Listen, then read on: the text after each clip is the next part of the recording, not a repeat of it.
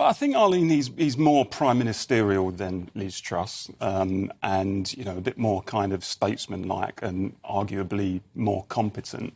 What troubles me is how did he get to Downing Street in the first place? And the truth is that Rishi Sunak is essentially a prime minister for the markets. And that is something that troubles me in a democracy. Now, Liz Truss embarked on a kind of economic crusade which I certainly don't agree with, and I think would have been very damaging for the country, this kind of brand of economic libertarianism. But at least at the beginning, there was a bit of a return to ideology, which I think in these days where so many politicians agree with each other was not by itself a bad thing, even though I vehemently disagreed with the ideology itself. But the broader question for me is not so much, whether Rishi Sunak is better than Liz Truss, but whether or not it should be the people who elect and decide who leads their country, or whether the market should have such a say.